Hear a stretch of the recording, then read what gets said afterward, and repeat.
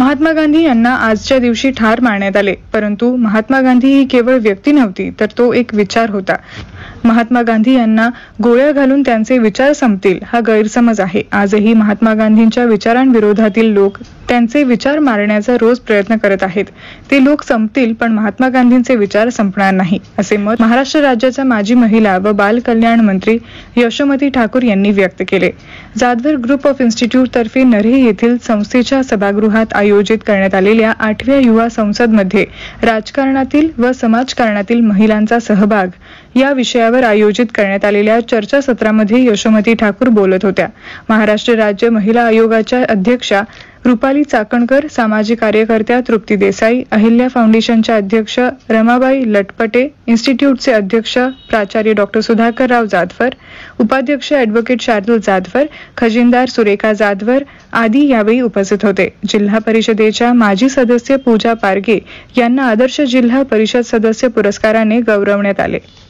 जिथे जिथे अन्याय होतोय असं वाटतंय त्या ठिकाणी आपल्याला बोलावंच लागेल, भांडावंच लागेल. बाबासाहेबांनी सांगितलंय तुमचा अधिकार आणि कायदा तुमच्या हातामध्ये आहे, पण त्यासाठी तुम्हाला ते मागावं लागेल. म्हणून मला कोणाच्या भावना दुखवायच्या नाही, पण सातत्याने मी प्रत्येक ठिकाणी सांगत असते. आता 16 सोमवार, 15 गुरुवार, मार्गशीर्ष वगैरे झालं, या सगळ्यांच्या विरोधात खऱ्या अर्थाने माझा विचार आहे. आपण याच्यासाठी प्रचंड मोठ्या प्रमाणात विरोधी होतो, लढावा लागतो, धमकीचे फोन येतात. मला आश्चर्य वाटतं एखादा विचार मांडल्यानंतर सुद्धा त्याच्या विरोधात जर भावना व्यक्त होत असतील. कारण 150-200 वर्षापूर्वी सावित्रीबाईंनी या विद्येच्या माहेर घरामध्ये विधवा प्रथेच्या विरोधात आवाज उठवला आणि ती चळवळ पूर्ण व्हावी असं वाटलं. 200 वर्ष होत आले, पण अजूनही आम्ही यशस्वी झालो नाही का? तर आमचा विचार हा बाबासाहेबांच्या संविधानाकडे वळालाच नाही. आम्ही अडकलो 16 सोमवारमध्ये.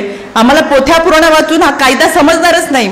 दुर्दैवानं कोणाच्या घरामध्ये वाईट घटना घडूच नाही, पण पतीचं निधन झाल्यानंतर समान संपत्तीमध्ये माझा वाटा आहे का नाही हे सांगणारं संविधान आहे, ते 16 सोमवार पोथ्या पुराणामध्ये नाही. म्हणून मला आवर्जून सांगायचंय, आजही आम्हाला आमचा विचार बदलावा लागेल.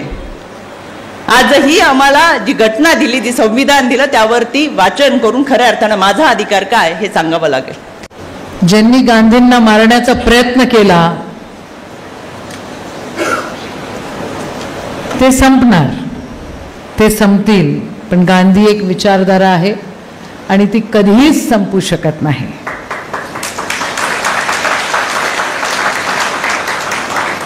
तुम्ही टाळ्या वाजवल्या म्हणून तुमचे आभार मानते.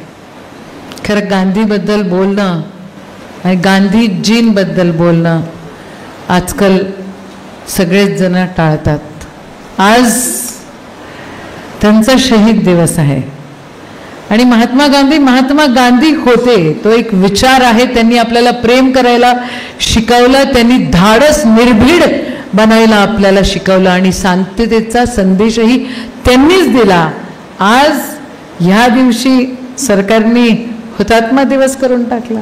नेशन म्हणून बघायचं तर मला वाटतं की आपण जेव्हा युवा संसद म्हणून एक जबाबदारी ह्या दृष्टिकोनातनं जर पॉलिटिक्सला पाहिलं तर जिथे जिथे आपल्याला उणीवा जाणवत आहेत आणि तिथे तिथे आपल्याला जर त्या त्या ठिकाणी आपल्याकडे ते कौशल्य असेल किंवा ती बुद्धिमत्ता असेल किंवा तुमच्याकडे ते बल असेल तर मला असं वाटतं की प्रत्येक युवकाने एकदा तरी प्रयत्न तरी करावा.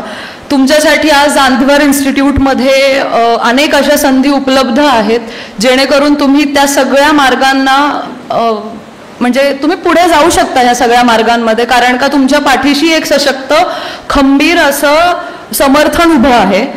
तर मला असं वाटतंय की आजच्या युवकांनी पहिलं मला वाटतंय हसत राहावं, कारण का युवा शक्ती ही एक अशी शक्ती आहे भारतासाठीची की जी विकसित भारताला एके दिवशी विकसित बनवणार आहे.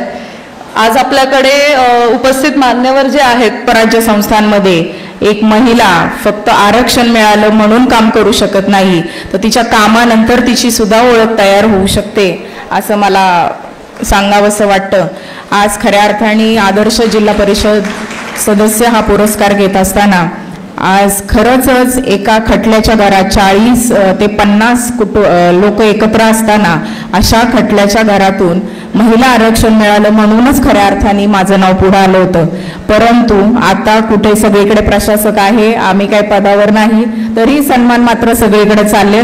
त्याचं कारण फक्त आणि फक्त आपण केलेलं काम असतं.